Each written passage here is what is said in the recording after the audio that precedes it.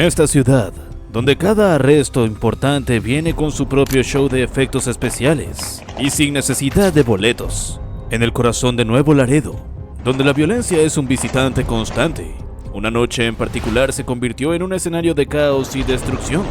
La captura de Ricardo "El Ricky" González Sauceda, el temido líder del Cártel del Noreste, desencadenó una ola de violencia que sacudió a la ciudad hasta sus cimientos. Los enfrentamientos entre las fuerzas de seguridad y los sicarios del cártel se prolongaron durante horas, dejando un rastro de muerte y destrucción. Las calles se convirtieron en campos de batalla, los negocios cerraron sus puertas y los habitantes se refugiaron en sus hogares, atemorizados por la violencia que los rodeaba. La captura de El Ricky fue un golpe duro para el cártel, pero también un momento de esperanza para los habitantes de Nuevo Laredo. La ciudad que durante años había vivido bajo la sombra del crimen organizado, comenzó a ver un atisbo de luz al final del túnel. Sin embargo, la lucha contra el narcotráfico es una batalla constante. La captura de un solo líder no es suficiente para erradicar el problema. ¿Quieres saber más sobre la captura de El Ricky y sus consecuencias? ¿Qué se esconde detrás? No te pierdas nuestro vídeo. Te llevaremos a través de los eventos que sacudieron a Nuevo Laredo y te mostraremos cómo la ciudad se enfrenta a las secuelas de esta violencia. Descubre las operaciones secretas y las consecuencias inesperadas de esta detención. El lunes comenzó como cualquier otro en Nuevo Laredo. A las 4 a.m., la ciudad aún dormía, con solo algunos camioneros en la carretera y panaderos preparando el primer lote del día. Pero la calma solo era una ilusión. A las 4:14 a.m., todo cambió. Primero, fueron los reportes en redes sociales, camiones atravesados en avenidas, disparos en distintas colonias, pánico en las calles. Luego, las primeras explosiones rompieron el silencio. En una casa discreta de la colonia 150 aniversario, Ricardo González Sauceda, alias El Ricky, dormía profundamente. Afuera, un grupo de élite del ejército mexicano y la Guardia Nacional se preparaba para irrumpir. Sabían que tenían pocos minutos antes de que la ciudad se incendiara. La operación fue quirúrgica. 3 equipos entraron simultáneamente por puntos estratégicos. Un sicario alcanzó a desenfundar su arma, pero cayó antes de disparar. En cuestión de minutos, El Ricky estaba sometido, esposado y con la mirada de un hombre que entendía que su mundo se había derrumbado.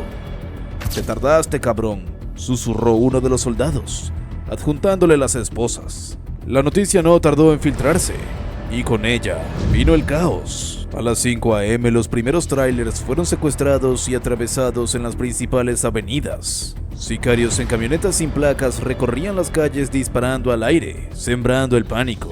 «Muévanse, bloqueen todo, no dejen que se lo lleven», ordenó un pistolero a través de la radio. En la zona centro, un grupo de encapuchados despojaba a conductores de sus vehículos a punta de pistola. Algunos intentaban escapar, pero sabían que desafiar a los hombres del Cártel del Noreste era sentencia de muerte. A las 6 a.m., el infierno se había desatado.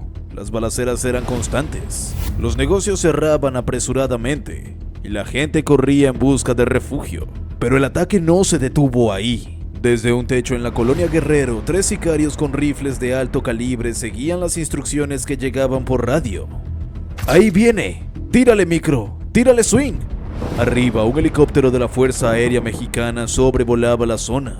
De repente, una ráfaga de balas subió desde las azoteas. El piloto maniobró con rapidez, pero las balas rebotaron contra el fuselaje. A bordo, un artillero respondió con fuego de ametralladora. Los sicarios se dispersaron, pero su mensaje estaba claro: no se rendirían sin pelea. Para las 7 a.m., el convoy militar que transportaba a El Ricky avanzaba con dificultad entre barricadas de vehículos incendiados. En varias calles, francotiradores intentaban frenar el avance. «Aguanten, cabrones, no dejen que se lo lleven», se escuchó en la radio del cártel. Pero el gobierno no tenía intención de negociar. Cada emboscada fue respondida con fuego. Cada intento de rescate se encontró con balas y blindados avanzando sin tregua. Finalmente, el convoy logró salir de la ciudad. El Ricky miró por la ventana mientras su imperio ardía detrás de él. La guerra por su captura apenas comenzaba, pero él ya había perdido. La noticia de la captura de El Ricky se propagó como pólvora, amplificada por la inmediatez de las redes sociales. El secretario de Seguridad Ciudadana Omar García Harfuch, con su acostumbrada eficiencia, confirmó la detención a través de Twitter, convirtiendo el evento en un trending topic a nivel nacional. Sin embargo, detrás de los mensajes oficiales y las fotografías de las autoridades posando junto al detenido, se escondía una realidad mucho más compleja y violenta. Nuevo Laredo se convirtió en un infierno. Las calles que solían bullir de vida se vaciaron. El sonido de las balas y las sirenas sustituyó el bullicio cotidiano. Los negocios cerraron sus puertas. Los niños fueron resguardados en sus hogares. Y el miedo se adueñó de la ciudad. La captura de El Ricky, lejos de traer calma, desencadenó una espiral de violencia que parecía no tener fin. Los enfrentamientos entre las fuerzas de seguridad y los sicarios del cártel se prolongaron durante horas, dejando un rastro de destrucción a su paso. Los vehículos incendiados y los edificios baleados eran un recordatorio macabro de la brutalidad de la guerra contra el narcotráfico. La población aterrorizada se preguntaba si esta pesadilla tendría algún final. ¿Cómo creen ustedes que se puedan proteger las personas que viven allí? El Consulado de Estados Unidos emitió una alerta de viaje, recomendando a sus ciudadanos evitar la zona. La imagen de una ciudad sumida en el caos se difundió por todos lados, dañando la reputación de México y ahuyentando a los inversionistas. La captura de El Ricky fue un golpe duro contra el Cártel del Noreste, pero no significó el fin de la organización. Al contrario, la detención de su líder desencadenó una lucha interna por el poder, con las distintas facciones del cártel disputándose el control del territorio. La violencia se intensificó y los enfrentamientos se volvieron más frecuentes y sangrientos. La pregunta que todos se hacían era: ¿quién ocuparía el lugar de El Ricky? ¿Emergería un nuevo líder capaz de unificar a la organización? ¿O el cártel se fragmentaría en células más pequeñas y más difíciles de controlar? ¿Cuál es la opinión de ustedes? Me gustaría leerlos. Sin embargo, las respuestas a estas preguntas tendrían un impacto duradero en el futuro de Nuevo Laredo y en la dinámica del crimen organizado en México. En el momento en que la noticia se esparció, la estructura del cártel comenzó a tambalearse. El Ricky no era un simple sicario, era un hombre de estrategia, de códigos y sangre fría. Su ascenso dentro de la organización no había sido casualidad. Había pasado de ser un pistolero raso a la mano derecha de Juanito Treviño, líder del Cártel del Noreste. Su captura dejaba un vacío de poder que no tardaría en desatar violencia. La primera señal de lo que vendría fue el silencio. Un silencio tenso que solo duró unas horas antes de que los teléfonos comenzaran a sonar en casas de seguridad, en puntos de control y en radios clandestinas. Los lugartenientes de El Ricky sabían que la estructura no podía quedarse sin cabeza. Al menos 3 de ellos se consideraban dignos sucesores, y ninguno estaba dispuesto a ceder. El primero en moverse fue el Puma, un exmilitar con entrenamiento en combate urbano, que había trabajado de cerca con El Ricky. En su lógica, él era el único con la disciplina para manejar las células del cártel sin perder el control. Pero el Güero Torres, otro de los mandos medios, tenía otros planes. Consideraba que la caída del Ricky era su oportunidad de oro para tomar el poder, y no iba a dejar que nadie se interpusiera. La noche posterior a la captura fue una pesadilla para Nuevo Laredo. En menos de 3 horas, hombres armados comenzaron a moverse por la ciudad, patrullando en convoyes como si fuera territorio de guerra. Los sicarios de El Puma atacaron una bodega donde operaban los aliados del Güero Torres, iniciando un enfrentamiento que dejó varios muertos. Los cuerpos, tirados en la calle con mensajes clavados en el pecho, dejaban claro que la disputa había comenzado. Pero no solo era una pelea interna. Los enemigos del Cártel del Noreste estaban al acecho, esperando el momento exacto para atacar. Desde Monterrey, el Cártel del Golfo había enviado a sus propios hombres para tantear el terreno. Sabían que sin el Ricky, el Cártel del Noreste estaba vulnerable. Los Golfos habían perdido terreno en los últimos años, pero ahora tenían una oportunidad de oro para recuperarlo. La respuesta del gobierno no tardó en llegar. Más soldados y elementos de la Guardia Nacional fueron desplegados en la zona, pero en el fondo sabían que esto era solo un paliativo. Las fuerzas de seguridad eran testigos de una guerra que se estaba gestando desde las sombras, una que no podía ser detenida solo con presencia militar. Mientras la violencia escalaba, Juanito Treviño, líder máximo del Cártel del Noreste, estaba furioso. La captura de El Ricky era un golpe, pero lo que realmente lo preocupaba era la reacción de sus propios hombres. Desde su escondite, envió un mensaje claro: la traición y la ambición serán castigadas. Ordenó ejecuciones selectivas para mantener el control, y en menos de una semana, al menos 5 mandos medios fueron encontrados muertos, algunos con señales de tortura. El gobierno seguía celebrando la captura de El Ricky, pero en las calles, el mensaje del cártel del noreste era otro. Podían perder a un jefe, pero tenían la capacidad de sumir la ciudad en el caos cuando lo desearan. En los días siguientes, más balaceras, más bloqueos y más ataques contra las fuerzas del orden dejaron claro que la guerra no había terminado, solo estaba cambiando de manos. Es que en el narcotráfico, cuando una cabeza cae, siempre hay otra lista para ocupar su lugar. Allí se sobrevive a base de astucia, brutalidad y una lealtad que paradójicamente solo existe hasta que deja de ser conveniente. Ricardo González Sauceda, alias El Ricky, lo entendía mejor que nadie. Con apenas 27 años, su nombre infundía terror en la frontera norte de México. No era un simple sicario, sino el arquitecto de la violencia en Nuevo León, Tamaulipas y Coahuila. Un estratega dentro de la maquinaria del cártel del noreste. Si el cártel fuera una empresa, él sería el director de operaciones. El hombre que aseguraba que las ejecuciones se cumplieran, que los cargamentos llegaran a destino y que el miedo mantuviera a raya a cualquiera que se interpusiera. Desde temprana edad, El Ricky se destacó en la jerarquía criminal. Sus primeros pasos los dio como halcón, un vigía que avisaba sobre la presencia de las autoridades. Pero su ambición no tenía límites. Rápidamente escaló posiciones, demostrando que no solo tenía agallas para la violencia, sino una mente fría y calculadora para la logística del crimen. En cuestión de años ya manejaba el tráfico de drogas en varias plazas, supervisaba secuestros y extorsiones, y coordinaba ataques directos contra las fuerzas del orden.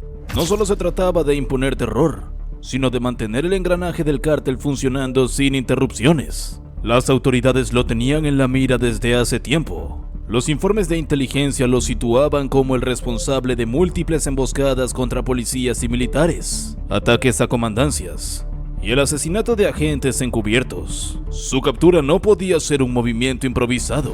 Se necesitaba paciencia, precisión y una estrategia implacable. Durante meses, el ejército, la Guardia Nacional y la Fiscalía General de la República siguieron sus pasos, analizando cada movimiento, cada llamada interceptada, cada patrón de su rutina. El día del operativo la orden era clara. El Ricky debía ser capturado vivo, pero sin margen de error.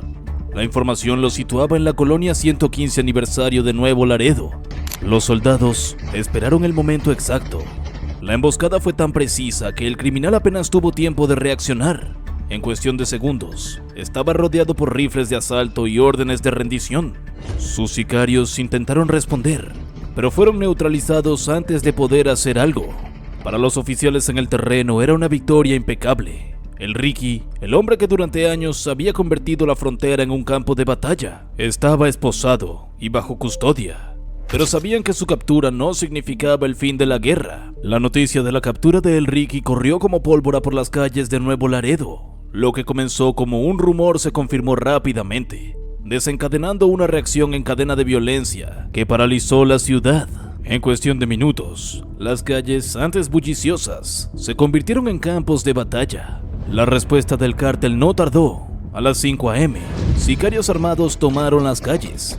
Camionetas artilladas comenzaron a recorrer la ciudad, disparando al aire y contra cualquier patrulla que se cruzara en su camino.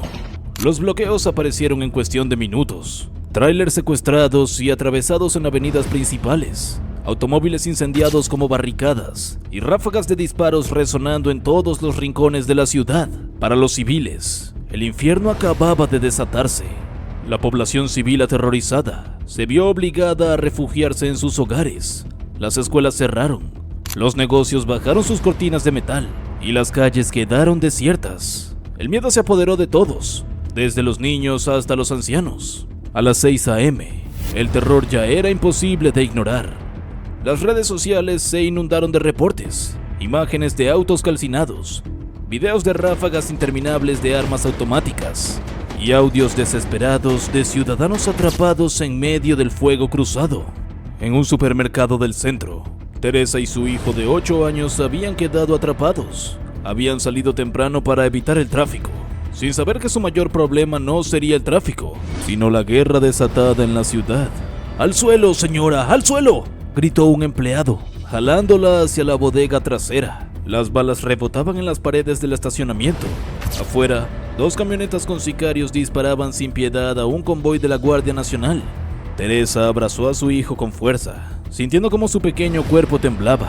En otra parte de la ciudad, Manuel, un taxista que había salido antes del amanecer para recoger pasajeros en la central de autobuses, se vio atrapado en medio de un bloqueo.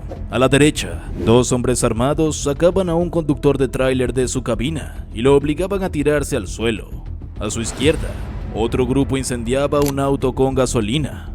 Manuel apagó el motor y se hundió en su asiento, rogando que no lo vieran. Su teléfono vibró con un mensaje de su esposa. «No te muevas. Bloquearon toda la avenida. Quédate en donde estés». Sabía que cualquier movimiento en falso podría ser el último. El caos no pasó desapercibido para el gobierno de Estados Unidos. A las 6:30 am, el consulado de Estados Unidos en Nuevo Laredo emitió una alerta de emergencia. Sus empleados debían resguardarse, apagar las luces y no moverse hasta nuevo aviso. Para quienes entendían la gravedad de las alertas, el mensaje era claro. La ciudad estaba fuera de control. Mientras tanto, la alcaldesa Carmen Lilia Canturosas hacía un llamado desesperado a la población. No salgan de sus casas, repito, no salgan, la situación es crítica. El problema era que muchos no tenían opción. Algunos ya estaban atrapados en medio de los enfrentamientos. Otros intentaban llegar a casa sin saber si lo lograrían con vida. Para las 7 am, el nivel de violencia había escalado a niveles de guerra. En la colonia Guerrero, un grupo de sicarios se apostó en una azotea con rifles de alto calibre. Su objetivo, derribar un helicóptero del ejército mexicano. «¡Tírale, mico! ¡Tírale, swing!», gritó uno de los pistoleros. El helicóptero maniobró en el aire cuando las balas comenzaron a impactar su fuselaje. Desde la aeronave, el artillero respondió con fuego, obligando a los sicarios a dispersarse. Pero la escena ya se había convertido en un símbolo del caos. Un grupo criminal atacando una aeronave militar como si estuvieran en un videojuego, pero con balas reales. A las 8 am, las fuerzas federales comenzaron su contraataque. Elementos de la Sedena, la Guardia Nacional y la Marina patrullaban las calles en un intento desesperado por retomar el control, pero la violencia no cedía. En la colonia Juárez, un convoy militar fue emboscado. Las ráfagas de disparos resonaron durante más de 20 minutos antes de que los sicarios huyeran. En otra zona, una unidad de policías estatales fue atacada mientras intentaba despejar un bloqueo.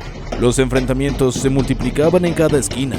La ciudad era un campo de batalla. Las fuerzas de seguridad, superadas en número y armamento, luchaban por contener la violencia. Los enfrentamientos se prolongaron durante horas, dejando un rastro de destrucción a su paso. Los vehículos oficiales fueron atacados a balazos, y algunos elementos resultaron heridos. A pesar de los esfuerzos de las autoridades, el cártel parecía tener el control de la situación.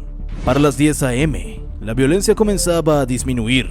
El cártel del noreste no había logrado rescatar a El Ricky, pero ese nunca fue realmente el punto. Lo que querían era enviar un mensaje, y lo habían logrado. Demostraron que aunque su líder estuviera tras las rejas, ellos seguían teniendo el poder de desatar el caos cuando quisieran. El gobierno podía celebrar su captura, pero la realidad en las calles era otra. Nuevo Laredo no estaba bajo el control del Estado, sino de quienes podían convertir la ciudad en un infierno en cuestión de minutos. El día había comenzado como cualquier otro. Ahora, la gente solo esperaba que la noche no trajera una tormenta aún peor. Sin embargo, la caída de la noche trajo consigo un respiro momentáneo. Pero la tensión seguía siendo palpable. Los habitantes de la ciudad se preguntaban si la pesadilla alguna vez terminaría. La captura de El Ricky había sido un golpe simbólico, pero la lucha contra el crimen organizado era una batalla interminable. Y mientras tanto, Nuevo Laredo seguía pagando el precio. La captura de El Ricky fue un golpe certero al ego del cártel del noreste, pero no a su estructura. La organización, como una hidra mítica, era capaz de regenerarse y adaptarse a cualquier adversidad. Con la caída de su líder, la lucha por el poder se intensificó, desencadenando una espiral de violencia que sacudió los cimientos de Nuevo Laredo. Las calles antes bulliciosas se convirtieron en campos de batalla. Los enfrentamientos entre las diferentes facciones del cártel eran constantes. y la población civil se vio atrapada en medio del fuego cruzado. Los negocios cerraron, el turismo se desplomó y la inversión se detuvo. La ciudad, otrora próspera, se convirtió en un fantasma de lo que alguna vez fue. Las autoridades, conscientes de la gravedad de la situación, desplegaron un fuerte operativo de seguridad. Sin embargo, la lucha contra el crimen organizado es como jugar al gato y al ratón. Por cada golpe que asestaban las fuerzas del orden, el cártel respondía con una acción aún más audaz. La captura de El Ricky había sido un éxito táctico, pero trágicamente la situación parecía empeorar. La pregunta que todos se hacían era: ¿habría sido una victoria pírrica? La captura de un líder criminal, por importante que fuera, no era suficiente para erradicar el problema del narcotráfico. Al contrario, a menudo provocaba una fragmentación de las organizaciones criminales y una intensificación de la violencia. ¿Cuál es el verdadero costo humano de la guerra contra el narcotráfico? ¿Vale la pena sacrificar tantas vidas para capturar a un solo líder? ¿Cuál es tu opinión? La historia del narcotráfico en México está plagada de ejemplos de líderes caídos que fueron rápidamente reemplazados. Cada vez que un capo es capturado o asesinado, surgen nuevos aspirantes al poder, dispuestos a hacer cualquier cosa para controlar el lucrativo negocio de la droga. La lucha por el control de las plazas es una constante en este juego macabro. La captura de El Ricky no fue la excepción. A pesar de los esfuerzos de las autoridades, el Cártel del Noreste demostró una sorprendente capacidad de resiliencia. La organización se reorganizó rápidamente, nombrando a un nuevo líder y reforzando sus estructuras. La violencia continuó y la ciudad de Nuevo Laredo siguió siendo un escenario de guerra. Esta captura fue un golpe certero al ego del Cártel del Noreste, pero no a su estructura. La organización era capaz de regenerarse y adaptarse a cualquier adversidad. Sin embargo, la ausencia de un líder tan carismático y violento dejó un vacío de poder que rápidamente fue llenado por ambiciones encontradas. Las semanas posteriores a la detención fueron un caos. Las facciones internas del cártel, antes unidas bajo la sombra de El Ricky, comenzaron a disputarse el control del territorio. Las calles de Nuevo Laredo se convirtieron en campos de batalla, donde la lealtad se negociaba con balas y las alianzas se rompían en un abrir y cerrar de ojos. La violencia se intensificó, alcanzando niveles nunca antes vistos. Mientras tanto, las autoridades, conscientes de la fragilidad de la situación, redoblaron sus esfuerzos para contener la violencia. Sin embargo, la tarea resultó ser titánica. Los cárteles, con sus vastos recursos y una red de informantes que se extendían por toda la ciudad, siempre estaban un paso adelante. La captura de El Ricky había sido un éxito a corto plazo, pero a largo plazo las consecuencias podrían ser aún más devastadoras. La fragmentación del cártel podría generar una nueva ola de violencia, ya que las diferentes facciones lucharían por el control de las rutas del narcotráfico y los territorios. Además, la debilidad del cártel podría atraer a otros grupos criminales, lo que complicaría aún más la situación. La historia del narcotráfico en México es una historia de ciclos de violencia. Cada vez que un líder es capturado o asesinado, surge otro para tomar su lugar. La lucha contra el crimen organizado es una batalla constante y las victorias siempre son temporales. La pregunta es: si los cárteles siempre se regeneran, ¿cómo podemos acabar con este problema? ¿Qué piensan ustedes? La detención de El Ricky fue un paso importante en la lucha contra el crimen organizado, pero no es la solución definitiva. Para erradicar la violencia, es necesario abordar las causas profundas del problema, como la pobreza, la desigualdad y la corrupción. Además, es fundamental fortalecer las instituciones y promover la participación ciudadana. El futuro de Nuevo Laredo y de México pende de un hilo. El arresto de El Ricky ha abierto una nueva etapa en la guerra contra el narcotráfico, una etapa llena de incertidumbres y desafíos. Solo el tiempo dirá si las autoridades lograrán imponer el Estado de Derecho y si los ciudadanos podrán recuperar la paz que tanto anhelan. Entretanto, la noticia de la captura de Ricardo Gómez Saueda, alias El Ricky, fue recibida con júbilo en los sectores oficiales. El gobierno lo vendió como una victoria. El segundo al mando del Cártel del Noreste, un criminal con un historial de sangre y terror, había sido neutralizado. Pero para quienes realmente entendían cómo operaban los cárteles en México, la celebración era prematura. Porque el problema nunca ha sido solo capturar a los líderes. El problema es el sistema. Apenas unas horas después de su arresto, mientras la Guardia Nacional reforzaba su presencia en Nuevo Laredo y los noticieros repetían una y otra vez la imagen de El Ricky esposado, Las verdaderas preguntas comenzaron a surgir. ¿Qué tan importante era realmente su captura? ¿Significaba el debilitamiento del sistema? ¿O solo era una herida superficial? ¿Cuánto tiempo pasaría antes de que otro tomara su lugar? Los leo en los comentarios. La historia del narcotráfico en México ha dejado algo muy claro. Los cárteles no dependen de un solo hombre. Son estructuras con una capacidad de regeneración impresionante. Quitan a uno y sube otro. Y si ese cae, hay otro más esperando. Así funciona el sistema. Los reflectores se centraron en el Ricky. Pero, ¿qué hay de los verdaderos operadores del cártel? Esos nombres que no aparecen en la prensa, pero que son el verdadero motor de la organización. Los que mueven el dinero, organizan los envíos de droga, corrompen a funcionarios, pagan sicarios y mantienen la maquinaria operando. Porque el crimen organizado no es solo sicarios con rifles disparando al aire. Es una red compleja con financistas, abogados, empresarios y funcionarios coludidos. Mientras ellos sigan libres, el cártel seguirá funcionando, sin importar cuántos cabecillas caigan. La captura de Enrique era un golpe mediático, sí, pero los expertos en seguridad sabían que no bastaba con quitar una pieza visible. Había que cortar los hilos que mantenían el cártel del noreste operando. Y eso era mucho más difícil. Pero incluso si el Ricky fuera una pieza clave, había otro problema. Las cárceles en México no siempre son el fin para los grandes capos. Las prisiones han sido testigos de cómo criminales siguen operando desde el interior, coordinando ataques, tráfico de drogas y extorsiones con total impunidad. No sería la primera vez que un capo, en lugar de ser neutralizado, simplemente cambia de oficina. Los casos de Joaquín El Chapo Guzmán, Miguel Ángel Treviño Morales y otros líderes del narco han demostrado que la prisión no es necesariamente el final del camino. Desde adentro, pueden seguir moviendo los hilos, y muchas veces con mayor seguridad que en las calles. Así que la pregunta no era solo quién tomará el lugar del Ricky, sino, ¿seguirá operando desde prisión? ¿Qué creen ustedes? Mientras tanto, Nuevo Laredo volvía a su frágil normalidad, pero la ciudad sabía que el silencio era temporal. En los días siguientes, los informantes de inteligencia comenzaron a identificar movimientos inusuales dentro del cártel del noreste. Se hablaba de reuniones en casas de seguridad, de llamadas interceptadas que mostraban tensiones entre los mandos medios, y de ajustes de cuentas de quienes querían ascender en la organización. Los primeros en caer fueron los leales a El Ricky. En cuestión de días, 3 de sus hombres más cercanos aparecieron muertos, sus cuerpos abandonados en carreteras con mensajes que advertían: el que quiera subir, que lo haga con cuidado. Era el proceso natural del narco. Cuando un líder cae, los que quedan entran en conflicto para ver quién toma su lugar. La violencia no había terminado, solo estaba cambiando de forma. El gobierno seguiría celebrando la captura de El Ricky como un éxito.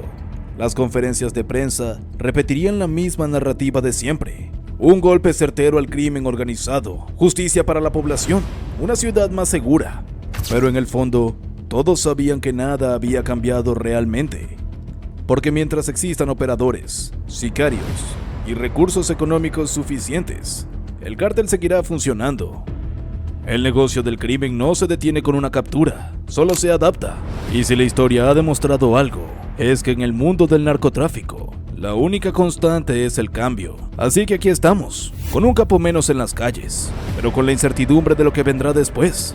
Porque si hay algo seguro, es que el crimen organizado no descansa. La captura de El Ricky es sin duda alguna un golpe importante contra el cártel del noreste.